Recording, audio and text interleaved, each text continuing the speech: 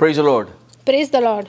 I want to greet you in the name of Jesus. मैं यीशु मसीह के नाम से आपका अभिवादन करता हूँ। It's a joy to study the Word with you. आनंद की बात है कि मैं परमेश्वर का वचन को आपके साथ अध्ययन कर रहा हूँ। Have you ever wondered why, when you sit to pray, you suddenly feel like sleeping? क्या आपने कभी ये सोचा है कि जैसे ही आप प्रार्थना करने के लिए बैठ जाते हो तो आपको नींद आने लगती है? Do you wonder why is that I'm not able to pray? आप ये सोच रहे होंगे ना कि मैं प्रार्थना क्यों नहीं कर पा रहा हूँ, Or why is that my mind is wandering? Within minutes I start to pray. और जैसे ही मैं प्रार्थना करने लगता हूँ मेरा मन भटक जाता है। Do you feel distracted while you pray? आप जब भी प्रार्थना करने लगते हो तो आप भटक जाते हो। If you feel tired or sleepy while you pray, please listen to this message carefully. और जब आप प्रार्थना करते हो और आपको बहुत ही नींद आने लगती है तो आप ध्यान से इस मैसेज को सुने। Why is this happening? ये ऐसा क्यों हो रहा है? Let's see what we can learn about these things from the Bible. और आज हम देखेंगे कि हम बाइबल के द्वारा क्या सीख सकते हैं। Mark chapter 14 verses 37 to 42. मरकुस का 14वां अध्याय 37 से लेके 42 तक। फिर वह आया और उन्हें सोते पाकर पतरस से कहा, हे समोन, तू सो रहा है, क्या तू एक घड़ी भी न जाग सका? Amen, right? So here I want you to understand that prayer is powerful. यहाँ पे मैं आपको ये बताना चाहता हूँ कि प्रार्थना सामर्थ्यशाली है And studying the Bible is profitable. और परमेश्वर का वचन पढ़ना भी फायदेमंद है। We must understand this because Satan understands this. और ये हमें समझना बहुत ज़रूरी है क्योंकि शैतान इसे समझ सकता है। Therefore, he kind of tries to distract us. और इसलिए शैतान हमेशा हमें भटकाना चाहता है। Either when we pray or when we study the Bible or read the Bible. और जब भी हम प्रार्थना करते हैं या बाइबल को पढ़ते हैं तो वो हमें भटकाता है। The reason is he wants to take away the power and the profit you and I can have from the Lord. और उसका कारण ये है कि शैतान हमसे वो सामर्थ और वो फायदा हमसे छीनना चाहता है। So he distracts us. इसलिए वो हमें भटकाता है। As simple as that. और वही आसान बात मैं आपको बताना चाहता हूँ। So I would have some recommendations for you right now. तो मैं अभी आपको कुछ बातें बताना चाहता हूँ। When you pray, pray out loud. जब भी आप प्रार्थना करते हो तो जोर से प्रार्थना करें। I mean, it doesn't have to be loud so much that the roof is shaking, इतना ज़्यादा जोर से प्रार्थना नहीं करना है कि पूरा घर हिल जाए, but just so that you can listen to yourself. बस ऐसा प्रार्थना करें कि आप भी वो सुन सको। Don't pray in gibberish. और बस आप ऐसी बड़बड़ ना करें Don't pray repetitively.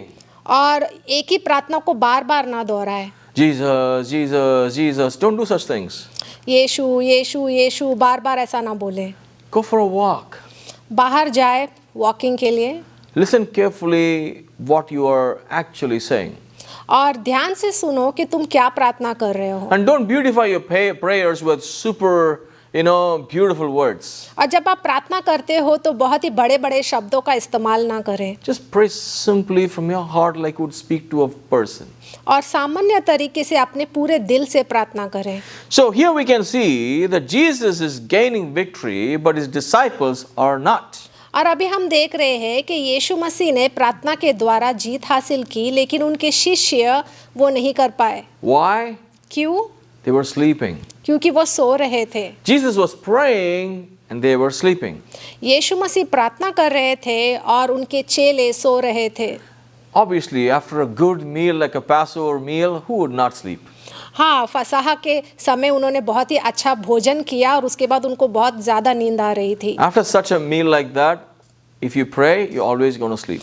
इतना बढ़िया खाना खाने के बाद अगर आप प्रार्थना करने बैठ जाएंगे तो ज़रूर आपको नींद आएगी। Probably that's why in Acts chapter 10, Peter learned his lesson that he prayed before he was eating.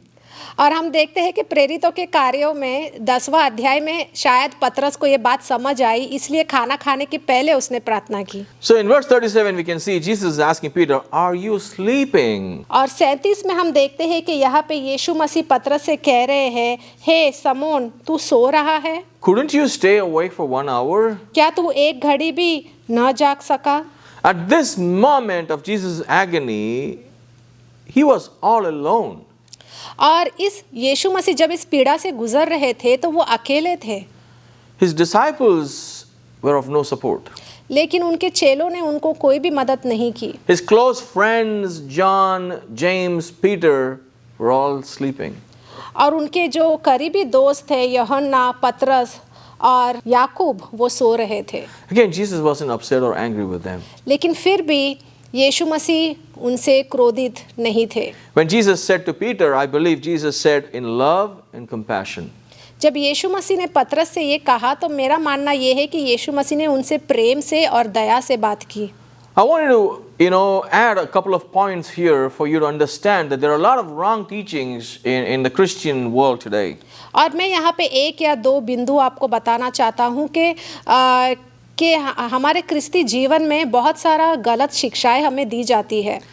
Like for example, many say if you don't pray with agony or every prayer is not with tears, then probably that prayer is not valid. It's not a powerful prayer. और कुछ लोग ये कहते हैं कि अगर हमने प्रार्थना में वो पीड़ा नहीं लाया या फिर हम रोकर प्रार्थना नहीं करेंगे तो वो प्रार्थना सामर्थ्यशाली नहीं है। No, you don't have to, and your tears doesn't define how powerful your prayer is. तो ये मायने नहीं रखता कि आप रो रहे हो तो इसका मतलब ये है कि वो सामर्थ्यशाली प्रार्थना है, ऐसा नहीं है। And then some say if you slept off while you're praying, you don't have the Spirit in you. और कुछ लोग ये भी कहते हैं कि तुम प्रार्थना करके अगर सो गए इसका मतलब ये है कि तुम्हारे अंदर पवित्र आत्मा नहीं है। That's unbiblical too. और ये भी बाइबल के अनुसार नहीं है। And then there are few people who say you pray about something once, leave it, never pray again. You cannot ask for the same thing again in your prayer. और कुछ लोग ऐसा भी है जो कहते हैं कि जब तुम प्रार्थना करते हो तो बस एक बार प्रार्थना करो, उसके बाद तुम छोड़ दो, उसके बाद वापस दोबारा उसके बारे में प्रार्थना ना करें। No, Jesus we see here prayed for the same thing again. लेकिन नहीं, यहाँ पे हम देखते हैं कि यीशु मसीह ने वही प्रार्थना को दोबारा उन्होंने किया। He came and found his disciples, his close friends sleeping. और हम देखते हैं कि यीशु मसीह जब आए तो उनके चेले सो रहे थे। I'm not encouraging sleeping while you pray is a great experience. मैं ऐसा नहीं बोल रहा हूँ कि प्रार्थना करते वक्त आप सो गए तो ये बहुत ही अच्छा अनुभव है, ऐसा नहीं मैं बोल रहा हूँ। No, pray sincerely. आप जब प्रार्थना करते हो तो पूरे दिल से प्रार्थना करें। If you feel sleepy and you want to pray, make sure you become active, walk around, pray. अगर आपको प्रार्थना करते वक्त नींद आ रही है तो आप जो क्या करें, आप बस खड़े हो जाए और बाहर टहल करें ताकि आप टहलते हुए प्रार्थना करें। Have a time to pray on a daily basis. और हर रोज एक समय निकाले प्रार्थना करने के लिए। If you can choose a place to pray, wonderful. अगर आप कोई एक जगह ढूंढ सकते हैं जहाँ पे आप बैठकर प्रार्थना कर सके तो बहुत अच्छी बात है। Learn to pray alone and be with Jesus alone and spend time alone with him. और ये सीखे कि आप अकेले यीशु मसीह के साथ वो समय बिताए और प्रार्थना करें। I remember the other day in one of these YouTube advertisements, I was just seeing some message and then I saw a title of a video. और मुझे याद है कि जब मैं एक बार YouTube देख रहा था तो मैं वहाँ पे एक विषय मैंने पढ़ा। Bible verses for you to sleep. That's the title of that YouTube video. और वो YouTube वीडियो में ऐसा था कि बाइबल का वचन आप सुन के सो सकते हो। Unfortunate. दुर्भाग्य की बात है। Verse 38. वचन 38, जागते और प्रार्थना करते रहो कि तुम परीक्षा में ना पड़ो। आत्मा तो तैयार है पर शरीर दुर्बल है। Watch and pray. How many times have you heard this? कितने बार आपने ये सुना है कि जागते रहो और प्रार्थना करते रहो। Being watchful while you pray is important. और जागते रहना और प्रार्थना करना ये बहुत ही महत्वपूर्ण है। If you're in a boxing fight, you always want to be watchful. You have to be involved in the battle. You know what I mean? जब आप बॉक्सिंग करते हो तो आपका ध्यान बॉक्सिंग में लगा रहना चाहिए। Get involved in the battle. Prayer is the battlefield. और प्रार्थना आपके लिए एक युद्ध का मैदान है। And you have to be active in your prayer. और जब भी आप प्रार्थना करते हो तो आपको जागते रहना है। You have to be committed, you have to be focused, and you have to be involved while you pray. जब भी आप प्रार्थना करते हो तो आपको अपने आप को अर्पित करना है और हमेशा ध्यान देना है और समर्पित करना है। Jesus says, watch and pray, let not you enter into temptation. और यीशु मसीह ने कहा कि तुम जागते रहो और प्रार्थना करते रहो कि तुम परीक्षा में ना पड़ो। You pray that you don't fall into temptation. आप प्रार्थना करो ताकि आप परीक्षा में ना पड़ो। It's a very direct, straightforward statement, isn't it? और ये बहुत ही अच्छे तरीके से यहाँ पे यीशु मसीह ने साफ साफ कहा है। Jesus knew Peter would fall into temptation, coming forward, in a few moments. और यीशु मसीह ने कहा कि अगर तुम ऐसे ही सोते रहे तो तुम आगे जाके भी तुम्हारी परीक्षा ली जाएगी, तुम प्रलोभित हो जाओगे। He gave an advice. और इसलिए यहाँ पे यीशु मसीह ने पतरस को सलाह दी। And this is just not for Peter, it's for all of us, I would say. ये सिर्फ पतरस के लिए नहीं, लेकिन हम सब के लिए है। There are churches where the believers, they only pray but they don't study the Bible. कलेशिया में ऐसे भी लोग हैं जो विश्वासी लोग सिर्फ प्रार्थना करते हैं लेकिन परमेश्वर का वचन को नहीं पढ़ते। And there are churches where the believers don't pray at all, but they are completely studying the word, reading the word all the time. और कुछ कलेशिया ऐसे भी है जो प्रार्थना नहीं करते लेकिन पूरा टाइम परमेश्वर का वचन को पढ़ते रहते हैं। And there are other churches where they don't even pray at all, nor read the Bible. They're all about experiences, or they just want to listen to songs and worship. That's it. और कुछ लोग ऐसे भी हैं जो प्रार्थना भी नहीं करते और परमेश्वर के वचन को भी नहीं पढ़ते, बस अपने अनुभव के ऊपर विश्वास करते हैं, उसी के ऊपर वो चलते हैं। I would say it's a challenge today. तो मैं ये कहूँगा कि ये हमारे लिए एक चुनौती है। This advice is for all of us that we should pray so that we would not fall into temptations. तो ये सलाह हम सबके लिए है कि हमें हमेशा प्रार्थना करते रहना है ताकि हम परीक्षा में ना पड़े। Because the only way to overcome temptation is to be watchful and praying. हम इस परीक्षा में तभी नहीं पड़ेंगे, या तो इससे हम जीत हासिल करेंगे जब हम प्रार्थना करेंगे और जागते रहेंगे। And Jesus is modeling this to his disciples while they are sleeping. Even at this time, Jesus is praying, and he's modeling. और इस समय भी यीशु मसीह ने उन्हें बताया कि हमें प्रार्थना करते रहना है, और उन्होंने उदाहरण के तौर पे उन्हें बताया भी, लेकिन फिर भी वो सो गए। I believe Jesus found victory in the battle or even at the cross by succeeding in prayer at Gethsemane. और मेरा मानना ये है कि गत्सेमनी में जो उन्होंने प्रार्थना की, वहाँ पे उन्होंने जीत हासिल की, जिसके द्वारा वो क्रूस पे जा सके। He overcame his temptations through prayer. और प्रार्थना के द्वारा वो प्रलोभित होने से बच सके और उन्होंने विजय प्राप्त की। If he can overcome the greatest pain and of all temptations through prayer, I think we can also overcome anything in our lives and face it through prayer. जब प्रार्थना के द्वारा यीशु मसीह ने जीत हासिल की, तो उसी तरह हमारे जीवन में भी जब कोई मुश्किल आता है या कोई परिस्थिति आता है, तो हम प्रार्थना के द्वारा उस परिस्थिति से हम जीत हासिल कर सकते हैं। If Jesus prayed, then imagine how important it is for us to know the value of prayer and how much we should pray. जब यीशु मसीह खुद प्रार्थना कर रहे हैं, तो हमें समझना चाहिए कि हमारे लिए ये कितना महत्वपूर्ण है कि हमें कितना प्रार्थना करना चाहिए उस मुश्किल से, उस परिस्थिति से बाहर आने के लिए। Jesus is so loving. He says, the spirit is indeed willing, but the flesh is weak. और यहाँ पे यीशु मसीह कह रहे हैं, आत्मा तो तैयार है पर शरीर दुर्बल है। Jesus clearly encourages his disciples, by showing understanding. और यहाँ पे यीशु मसीह साफ साफ उन्हें कह रहे हैं कि प्रार्थना करना कितना ज़रूरी है। He says, I know, I understand you want to pray, but you feel so sleepy, right? और यीशु मसीह उन्हें कह रहे हैं कि मैं मानता हूँ कि मैं समझ सकता हूँ कि तुम्हारा आत्मा तो तैयार है पर तुम्हारा शरीर दुर्बल है। And he understands that, he's expressing it, saying, I know you want to pray, but, you're not able to control sleep, isn't it? और वो कह रहे हैं कि मुझे समझ में आती है कि मैं मानता हूँ कि तुम्हें प्रार्थना करना है, लेकिन तुम कर नहीं पा रहे हो। But I want you to understand that our flesh is weak, our spirit is willing. और मैं ये आपको बताना चाहता हूँ कि हाँ, हमारा आत्मा तैयार है लेकिन हमारा शरीर कमज़ोर है। And so, the more we know we are weak, the more we should pray, the more we should commit and rely upon prayer and figure out a way to be actively praying. और जब हमें मालूम है कि हमारा शरीर दुर्बल है, कमज़ोर है, तो उतना ज़्यादा हमें प्रार्थना करना चाहिए ताकि हमारा आत्मा और बढ़ सके और हम अपने आप को परमेश्वर के हाथ में समर्पित कर सके। I had a pastor friend. मेरा एक पास्टर दोस्त था। He once said that I can never pray alone. I always need somebody with me in my room to pray. I can never pray alone. और वो कहता था मुझसे कि मैं कभी भी अकेले प्रार्थना नहीं कर सकता, मुझे कोई ना कोई मेरे साथ चाहिए प्रार्थना करने के लिए, If not, I cannot pray. नहीं तो मैं प्रार्थना नहीं कर सकता। That's how I am. वैसा ही हूँ मैं। I think that's dangerous. और मैं मानता हूँ कि ये खतरनाक हो सकता है। The time of prayer could be an intimate time with Jesus.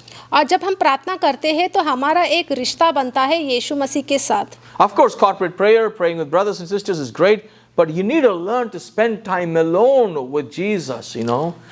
That intimate time is such a desireful thing and such a great experience. If you haven't, it's very important. हाँ ज़रूर, हमें दूसरों के साथ भी प्रार्थना करना चाहिए, कलेशिया में भी एक साथ मिलके भाइयों बहनों के साथ प्रार्थना करना चाहिए, लेकिन उसी के साथ साथ हमें अकेले में भी हमें प्रार्थना करना चाहिए ताकि हम परमेश्वर के साथ वो समय बिता सके। Whether anybody is praying with you in your house or family or church or not, you better choose to pray. चाहे आपके परिवार में आपके साथ कोई प्रार्थना करता हो या ना हो, लेकिन आपको अकेला एक समय निकालना चाहिए प्रार्थना करने के लिए। Verse 39.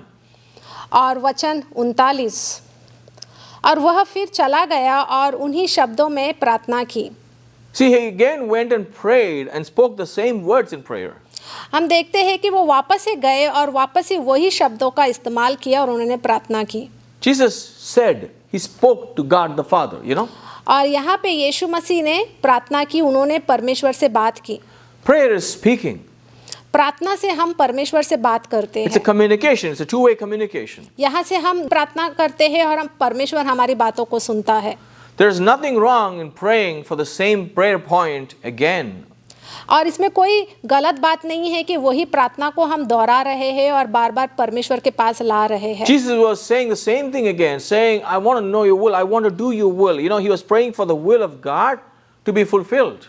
और यहाँ पे यीशु मसीह ने फिर से यही प्रार्थना की कि परमेश्वर मुझे तेरी इच्छा को पूरा करना है, तेरे आज्ञा का पालन करना है, जो तेरा इच्छा है वही मैं करना चाहता हूँ। Some say it's unspiritual if you pray again about something we have already prayed for once. कुछ लोग ये कहते हैं कि ये आत्मिक नहीं है, अगर हमने एक बार प्रार्थना किया तो उसी को बार बार प्रार्थना करना ये सही नहीं है। They say it shows a lack of faith. इससे कुछ लोग ये कहते हैं कि मतलब इसका मतलब ये है कि तुम्हारे अंदर विश्वास नहीं है, Because we are repeating our prayers. क्योंकि हम बार बार उसी प्रार्थना को दोहरा रहे हैं। Yes, I believe it's not faith if you repetitively say the same thing again and again, you know, but here Jesus is praying for the same thing again, and that's not wrong. अब मैं ये मानता हूँ कि प्रार्थना का बार बार करना मतलब एक ही शब्द को बार बार दोहराना जो है वो हमें नहीं करना चाहिए, लेकिन यहाँ पे यीशु मसीह जो प्रार्थना कर रहे हैं यहाँ पे वो परमेश्वर का इच्छा को पूरा करना चाहते हैं, उसको लेकर प्रार्थना कर रहे हैं, तो उसमें कोई गलत बात नहीं है। So we can understand if you're praying again for a particular thing because it's so important, you're affected by it. I think it's not a lack of faith, it is spiritual. अगर आप प्रार्थना कर रहे हैं किसी चीज़ को लेकर और बार बार कर रहे हैं क्योंकि आप मुश्किल में हैं, तकलीफ में हैं और उसके बारे में आप उत्तर जानना चाहते हैं, इसलिए आप बार बार प्रार्थना कर रहे हैं, तो उसमें कोई गलत नहीं है, वो आप कर सकते हैं। Even when our prayers are not answered the way we want sooner or even after years, we shouldn't give up and we should continue to pray for those things. जब हम कोई कुछ प्रार्थना करते हैं और उसका जवाब का हम इंतज़ार कर रहे हैं तो हमें वहीं पे हार नहीं माननी चाहिए, लेकिन बार बार हमें उसे परमेश्वर के पास लाना है और प्रार्थना करते रहना है। We should continue to pray in surrendering to God's will and be committed to obey His will. और जब हम प्रार्थना करते हैं तो हमें अपने आप को समर्पित करना है, हमारे प्रार्थना को समर्पित करना है और ऐसे प्रार्थना करना है कि परमेश्वर का इच्छा पूरा हो। Verse 40. वचन 40, फिर आकर उन्हें सोते पाया क्योंकि उनकी आंखें नींद से भरी थी और नहीं जानते थे कि उसे क्या उत्तर दे। So 3 times we see Jesus prayed. और हम यहाँ पे देखते हैं कि 3 बार यीशु मसीह ने प्रार्थना की। 3 times. 3 bar. And all these 3 times the disciples were sleeping and none was watchful and praying.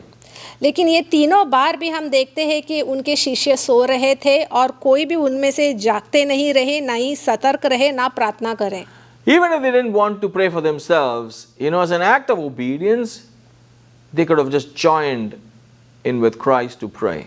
हाँ, उनसे नहीं हो पा रहा था, लेकिन फिर भी जब यीशु मसीह ने उनसे कहा तो उन्हें उनका आज्ञा का पालन करना चाहिए था, उन्हें तभी प्रार्थना करना चाहिए था। But Jesus wasn't angry. लेकिन फिर भी यीशु मसीह उनसे क्रोधित नहीं हुए। Listen carefully. ध्यान से सुने। How do we treat people when they don't show up for prayer meetings or pray with us when we invite them? हम कैसे लोगों के साथ बर्ताव करते हैं जब हम किसी को न्योता देते हैं प्रार्थना करने के लिए और वो प्रार्थना के लिए नहीं आते हैं? How do we treat them if they sleep off while they're praying with us? और हम कैसे उनके साथ बर्ताव करते हैं जब हम उनके साथ प्रार्थना करते हैं और वो सो रहे हैं? We surely want to teach them a lesson, don't we? हम बस यही सोचते हैं कि उनको कैसे सिखाया जाए। But if you see here, Jesus was still patient and understanding. लेकिन हम यहाँ पे देखते हैं कि यीशु मसीह क्रोधित नहीं हुए, वो समझ सके कि वो किस हाल से गुजर रहे It is थे। human nature to be weak. Sometimes, we are weak. क्योंकि मनुष्य का स्वभाव यही है कि हम कमज़ोर पड़ जाते हैं। But on the other hand, we should stand with others in prayer. और उसी के साथ साथ हमें दूसरों के साथ खड़े होकर हमें उनके साथ प्रार्थना करना चाहिए। It is a beautiful picture where we can see Jesus is standing with them, inviting them to the spiritual life and this experience, with the disciples. ये बहुत ही दिलचस्प यहाँ पे हम देख सकते हैं कि कैसे यीशु मसीह उन्हें न्योता देते हैं, उन्हें उत्साहित करते हैं प्रार्थना करने के लिए। Jesus called them to pray when he was going to pray. और यीशु मसीह उन्हें प्रार्थना के लिए बुला रहे थे जब वो प्रार्थना करने के लिए जा रहे थे। And he said, watch and pray so that you don't fall into temptation. और वो यहाँ पे उन्हें कहते हैं कि तुम जागरूक रहो और प्रार्थना करते रहो ताकि तुम्हारी परीक्षा ना ली जाए। He's also calling us to stand in the gap against temptation. और वो हमें भी यहाँ पे बुला रहे हैं कि ताकि हम भी प्रलोभित ना हो सके, For our own as well as for others. हमारे खुद के लिए और दूसरों के लिए, Because we all go through temptations, don't we? क्योंकि हम सब परीक्षा से गुजरते हैं। Pray. इसके लिए हमें प्रार्थना करना चाहिए। There was once I heard in a sermon, a pastor talked about a conversation, and he basically asked somebody, hey, you've been telling me all these things, have you prayed about it? और मैंने एक बार सुना कि एक pastor ने एक व्यक्ति को कहा कि तुम सब कुछ आके मुझे बता रहे हो कि तुम्हारे जीवन में क्या क्या हो रहा है, लेकिन इसको लेकर क्या तुम परमेश्वर के पास गए, प्रार्थना किया? The guy said no. उन्होंने कहा नहीं। Actually, I didn't. और उसने कहा कि नहीं, मैं परमेश्वर के पास नहीं गया। So the pastor said, go and speak to him. He will be of more help than me. और फिर पास्टर ने कहा कि तुम पहले जाके परमेश्वर से बात करो, प्रार्थना करो, क्योंकि मुझसे ज़्यादा परमेश्वर ही तुम्हारी मदद कर सकता है। How many times we go to people and ask for help and give advice, look for advice or just pour our heart out in our agony. और बहुत बार ऐसा होता है कि हम लोगों के पास जाते हैं मदद पूछने के लिए, हमारा पूरा दुख दर्द सब उनके पास जाके हम बताते हैं, उनकी सलाह के लिए हम इंतज़ार करते हैं। Choose to pray to God first. लेकिन मैं ये कहूँगा कि सबसे पहले आप परमेश्वर के पास जाए और उनकी सलाह लें। Would you sleep when your friend is going through a situation which is tough? क्या आप सोएंगे अगर आपका कोई दोस्त बहुत ही मुश्किल घड़ी में है या उसे मदद की ज़रूरत हो? How would you react when your family members are not willing to join you in prayer?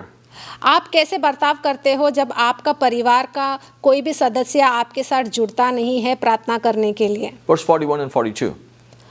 वचन 41 और 42। फिर तीसरी बार आकर उनसे कहा, आप सोते रहो और विश्राम करो, बस घड़ी आ पहुंची, देखो मनुष्य का पुत्र पापियों के हाथ पकड़वाया जाता है।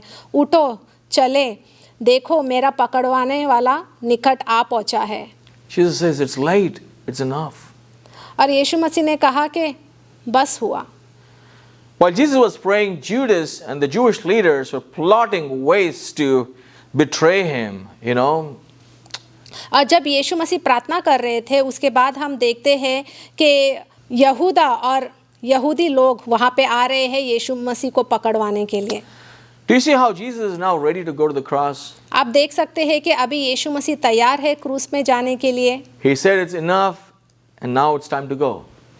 अभी वो कहते हैं कि बस हुआ, अभी समय आ गया है मेरा जाने का। I believe it's by prayer Jesus gained the strength and in fact Jesus gained victory over the battle.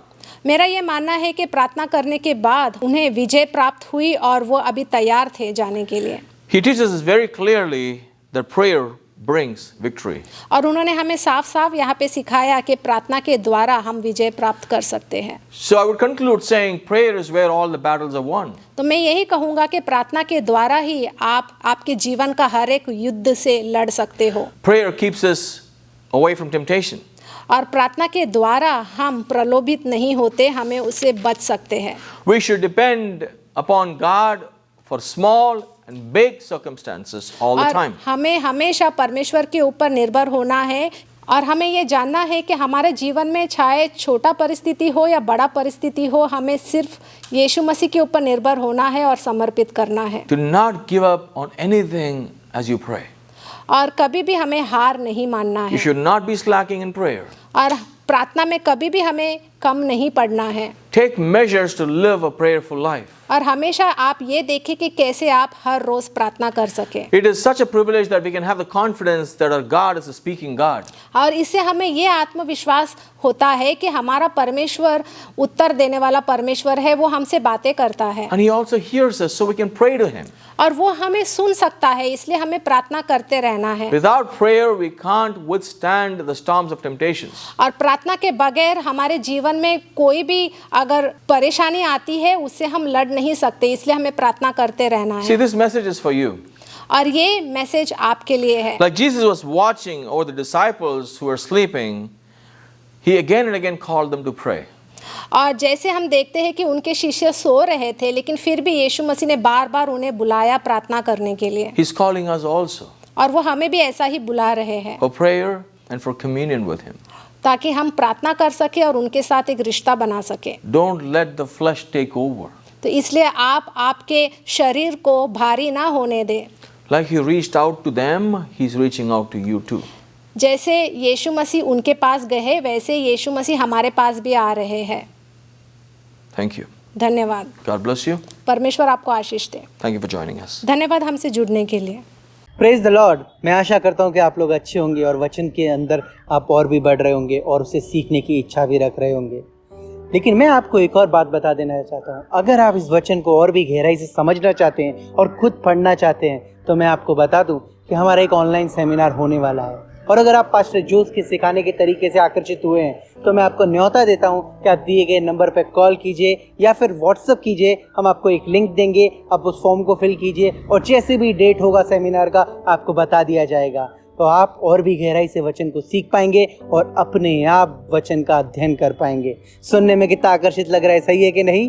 तो आप बिल्कुल वेट मत कीजिए, कॉल कीजिए, हमें व्हाट्सएप कीजिए और जल्द से जल्द रजिस्ट्रेशन कीजिए। और परमेश्वर आपको जो सिखाना चाहता है उसके लिए देरी मत कीजिए।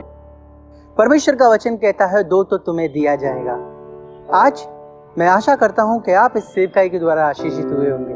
अगर आप हमारी सेवकाई में किसी भी तरीके से मदद करना चाहते हैं तो इस दिए गए डिटेल पर आप अपनी मदद हमें भेज सकते हैं। शुक्रिया।